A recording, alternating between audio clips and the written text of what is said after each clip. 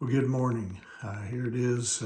It's now Thursday. We're now, as we like to say, we're on the downhill slide toward the weekend. Today is February the 6th.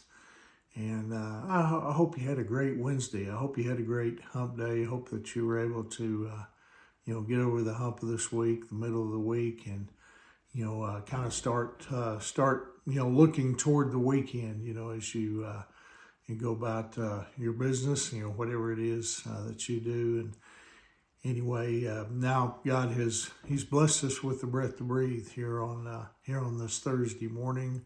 He's given us another brand new day in order to work with, and I certainly hope and pray that this morning finds you feeling well. Hope it finds you, well rested and ready to tackle the opportunities that God has richly blessed us with here on this Thursday morning. This morning, I'd like to share a devotional with you entitled The Whys and the Hows. In James chapter 1, verse 5, it says, "If you need wisdom, ask our generous God, and he will give it to you. He will not rebuke you for asking." Some people, they treat prayer like a Christmas list. They see, the words, generous God, and so they launch into their wish list of materialistic items, that they think will fulfill them.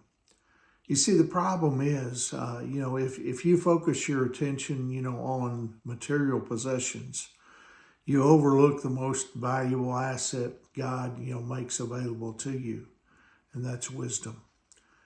James, he says, if you need wisdom, ask for it.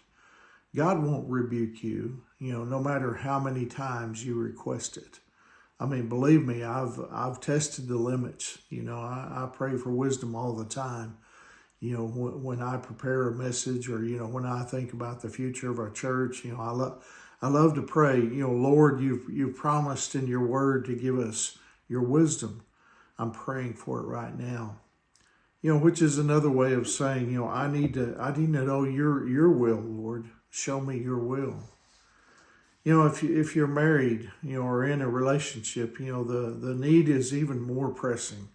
I mean, God's wisdom can help you navigate the highs and the lows of life together. I mean, it can help you, meet your, relationship challenges head on.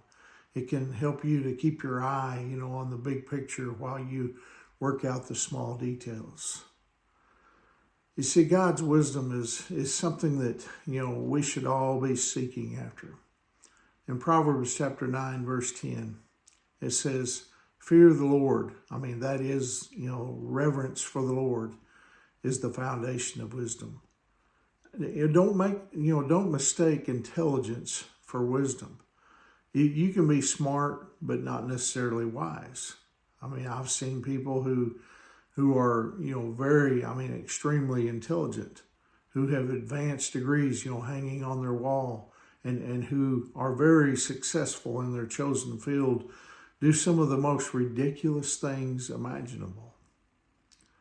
I mean, intelligence is acquiring knowledge and applying it, developing, certain skills. But you see, wisdom, it comes from a different place. Some wisdom comes from, life's lessons. We learn from things we've done right, and we also learn from our mistakes. But the ultimate source of wisdom is God and His Word. That's what we want to build our lives on. In Matthew chapter 7, Jesus, He tells the story of, two men who built on two different, foundations. The wise man, built his house upon rock. And when the storms came and they beat upon the house, it stood firm because it was built on the right foundation. In contrast, the foolish man built his house on sand. And when the same storms came, his house collapsed. And Jesus said, "Anyone who listens to my teaching and follows it is wise, like a person who builds a house on solid rock." You see, building a life is different from building a house. It's not always obvious, what's rock and what's sand. That's why God, He wants us to pray, as often as we need to, for wisdom.